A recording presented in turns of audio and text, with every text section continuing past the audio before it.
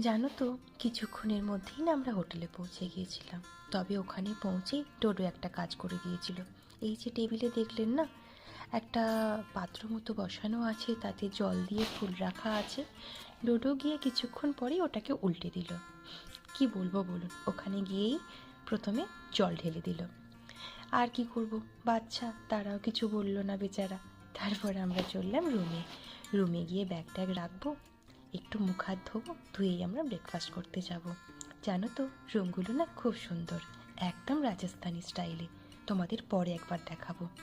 আসলে এখন সবার আগে পেটটাকে ঠান্ডা করতে হবে, পেট পুজো করে। সবারই না প্রচণ্ড খিদে পেয়েছে। আমরাও পৌঁছে গেলাম ব্রেকফাস্টের জায়গায়।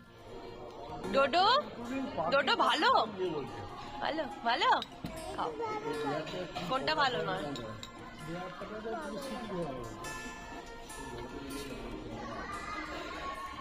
ডোডোর কাছে কোনো কিছু ঝাল হলেই সেটা ভালো নয়, ঝাল ছাড়া যাই হোক ওর কাছে খুবই ভালো।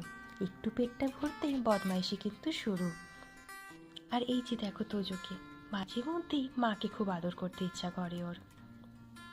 আর একজন এমনিতে কিন্তু খুব একটা আমার কাছে আসে না দরকার ছাড়া, কিন্তু দাদা ভাইকে যদি আদর করি ওকে আসতেই হবে। চলো এবার দুজনকে স্নান করিয়ে আমরা বেরিয়ে পড়ি। টাটা।